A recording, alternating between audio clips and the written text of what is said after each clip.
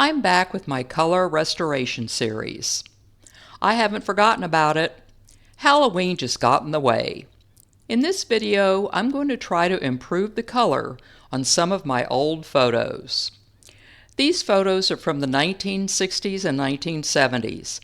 I'll confess, I was the one that took them. I don't know what it is about photos from that time period, but they all seem to have a weird yellow cast. Or maybe, just maybe, to use a computer expression, the real problem is between the keyboard and the chair. I'm going to use 3 pictures for my examples. The first one is of my dad. The second one is at Hemisphere in San Antonio. This would be around 1968.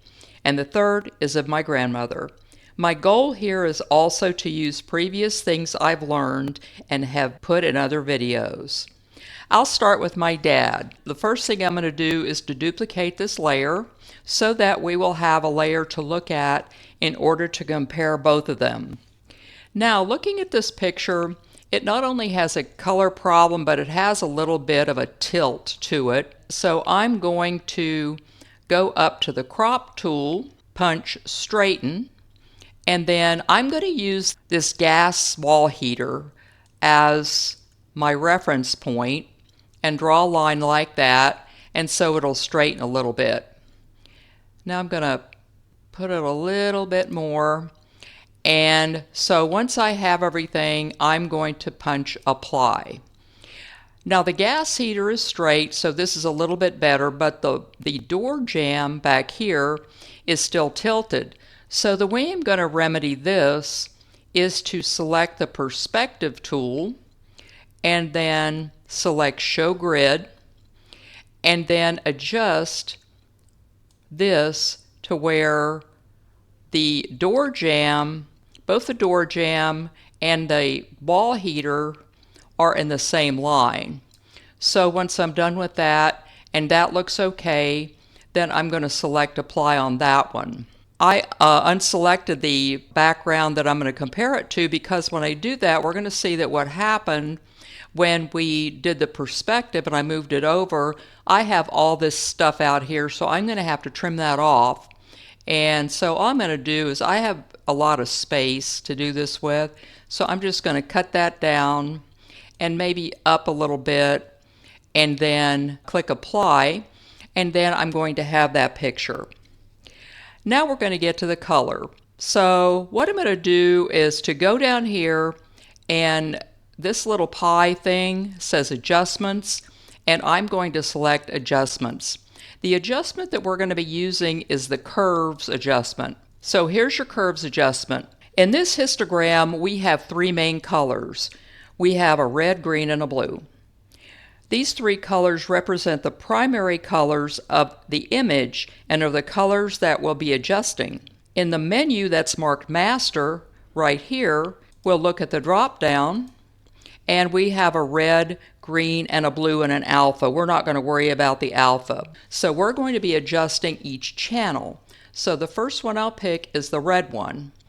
Then once I pick the red one, I'm just going to take this line and move it over to here, and take this line and move over here. So basically what we're doing is we're moving our lines until they get to the left and the right side, there it is, of our histogram. And if we can't see that, all we have to do is to look at it, and it's going to abut against both sides. So once we have that, then we'll go on and select the green, and then do the same with the green and move it over. And then we're going to go to the other side of the green and then move that one over. And then we're going to go to the menu and select the blue and do the same with the blue color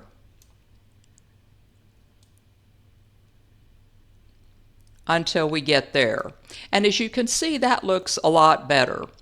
Now let's go back to Master, and we'll see all the color channels are now in our histogram. There's one more thing we can do which is nice about the curves adjustment.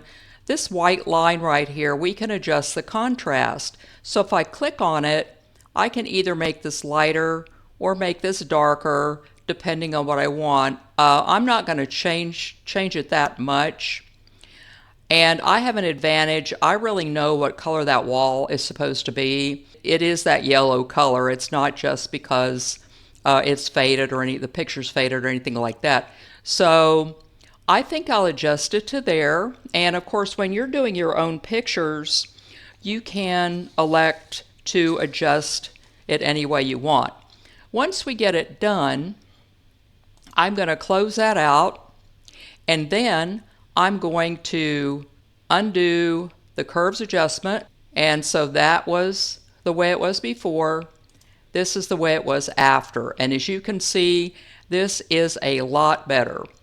But this is a little bit blurry to me. So what I'm going to do is I'm going to select the picture that we're working on, and I'm going to go up to Filters and then Sharpen. And I'm going to select Unsharp Mask and move the sliders around. I'm going to keep my threshold on 0, but I'm going to move these sliders around to see if I can. Now I don't want to sharpen it up too much because see, if you do that, that looks really, really weird. So I'm going to sharpen it to where I really like the way it looks. Probably not that much. And then once I get it sharpened the way I want it, I'm just going to select Apply. So we've done the colors adjustment on my dad here, and we've sharpened it up. Now let's take a look at the before and the after. So let's take off the curves adjustment. Looks like that. Let's take off the background, and that's what it looks like. And you can tell that when we moved it, and it's a little blurrier. I didn't make a really big sharpening, so you can see what it looked like before and after, and then you can decide on your own photos whether you want to continue working on them. Normally the ones I use in my videos, I continue to work on them because I want to do a lot of adjustments, and if I did that here I would probably bore you to tears, so I just want to show you how all this works. This picture of the French Pavilion was taken in 1968 at Hemisphere in San Antonio, Texas. I've already duplicated the layer. There are two major things wrong with this. Up here we have something that looks like a stripe, and down here we have another one that's smaller. More than likely I had stuck this picture in a photo album and put tape on it. So we're going to need to get rid of that, and then once we get rid of that, we're going to fix the color. I'm going to do this 3 ways. I'm going to first use the clone brush tool, and I'm going to click on the clone brush tool, make this bigger, well not that big, so we'll get a bead on things here. And when you use the clone brush tool, you press the Alt key and then click on the part that you're copying, and then you'll see through the little circle that you'll see what's going to be covered up, and all you have to do is paint.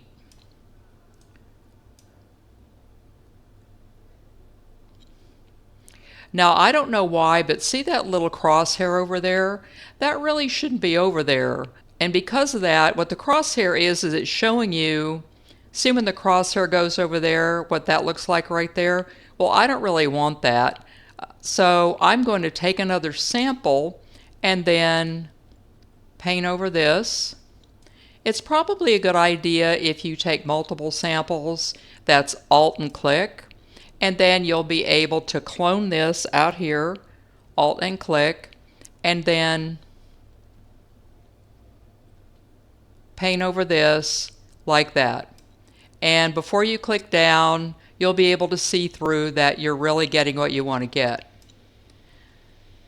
Okay, let's see if we can click down on this, and so on. Now, let me take that right there and get rid of that. and so on. Okay, so now we're there. Now, since we've used a clone brush tool, I'll go over to my in-painting brush tool. This is my favorite one. And make this bigger so that I can paint over some of this dark stuff that I don't want. Like that. And remember what it's going to do, it's going to sample on what is on the outside of the brush. So I'm going to do that and that, and we can do like that and pretty much clean this up.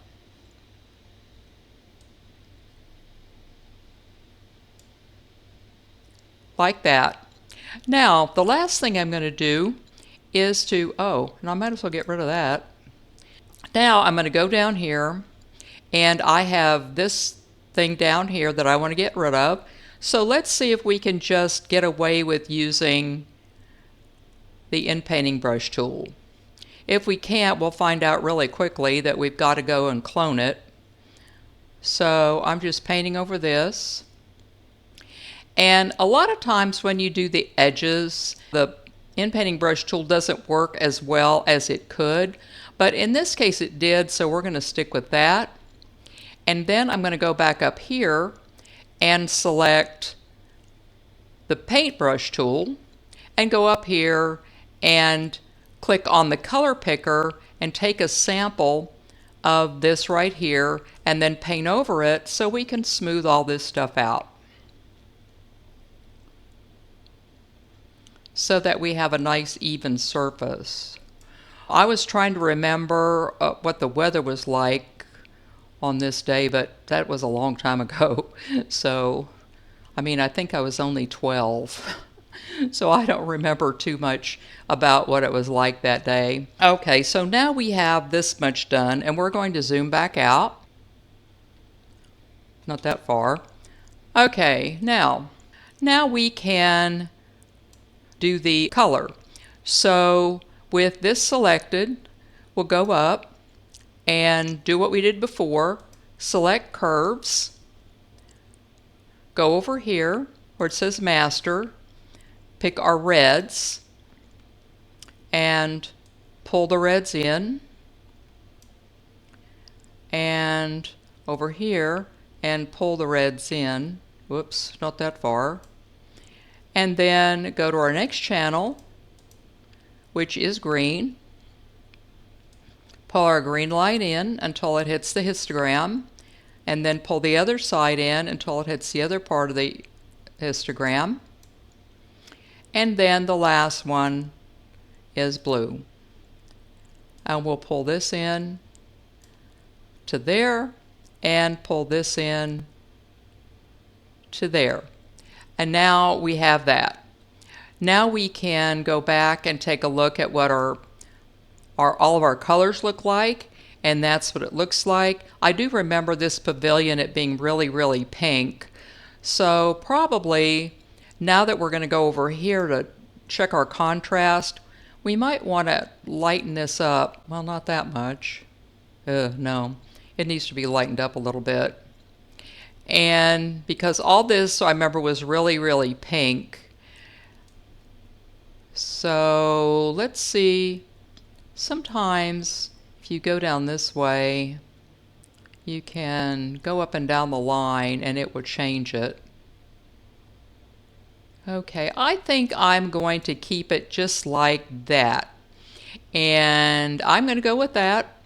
So then I'll close it. And then we can do what we did the last time, where we can take the curves adjustment off to see the difference. And then take this background off so we can see where our lines were. See those lines up there? We got rid of those tape lines. And so this is what the corrected thing looks like. This picture of my grandmother was taken in 1969 in Mather, Pennsylvania. This one doesn't look too bad, except for the coloring. However, when I zoom in, I see some minor scratch marks. one right there on her arm, and across her dress. So I'm going to take care of those first before we get to the coloring part. I also want to cut off this edge. So that's the first thing I'm going to do. Oops, the first thing I need to do is to, almost forgot, we need to duplicate the layer because we need something to compare it with. So I'm going to take off that edge right there. And as far as the edges, that's probably all I really am worried about, like that. And then select Apply. Then we can zoom in a little and see we've got that scratch mark right here and a scratch mark right there. So, and that there's also one across her face. So we're going to get rid of those. You probably wouldn't even notice it if I hadn't zoomed in so far. So I'm going to go down here and make this a little bit wider than the scratch mark and just use the in-painting brush tool and paint all the way across to get rid of that scratch mark. You really want your in-painting brush tool brush head to only be a little bit wider than what you're trying to get rid of, because remember, it's trying to sample around the edges of the brush. So keep that in mind. Okay, we're going to get rid of that one. And then we've got this scratch right here. Sometimes you need to clone this, but see, I have found that I didn't really have to do that. And let me see, what else do we have? We had one on her face right there. And right there. And these scratch marks probably happened because I left a lot of these pictures in a box before I decided that I was going to scan them. Oh, and here's one. I didn't see that one when I looked here the first time. Now notice her dress looks like it's got something spilled on it. It really doesn't. That's the way the coloring looks. The dress is supposed to be that way. Okay, so let's zoom back out like that, and then we're going to take care of the coloring. So I'm going to go up to Adjustments and Curves, just like I did before, and then go to Master and select Red and drag these lines over here like this, and then do the green channel, and that's okay. So we'll drag this one over here like that, and then the blue channel. Okay, that one is okay. We just have to drag the blue one over like that. Okay, so now we can go and look at the master so we can see all of our colors. And this white line right here is for contrast. So we can, and I think when I looked at this before, I found I really didn't need to change it that much at all. You know, I don't want it too dark. So I think right there is what I'm going to go with. So once I get that, I'm going to close that, and then we can see the difference before the curve adjustment, with the curves adjustment, and then before the curves adjustment. That's what it looked like. So basically you're just getting that yellowish tinge out of there. Okay, so that's what it looks like when it's done. There we are.